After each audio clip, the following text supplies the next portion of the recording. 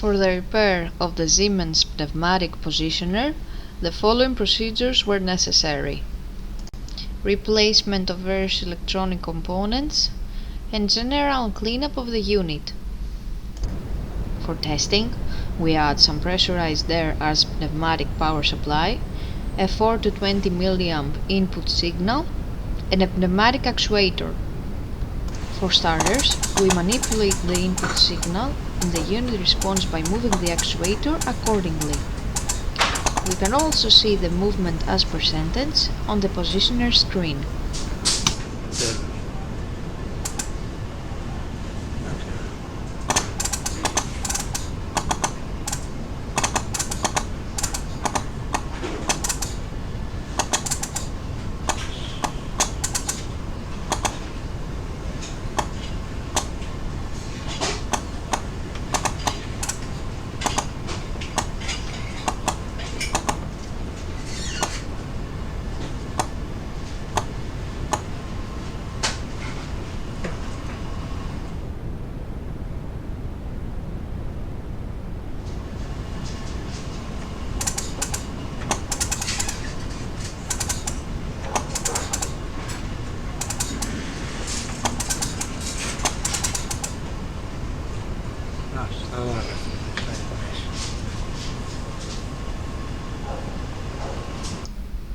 It is now clear that the pneumatic positioner is working successfully and is ready to be delivered to the customer.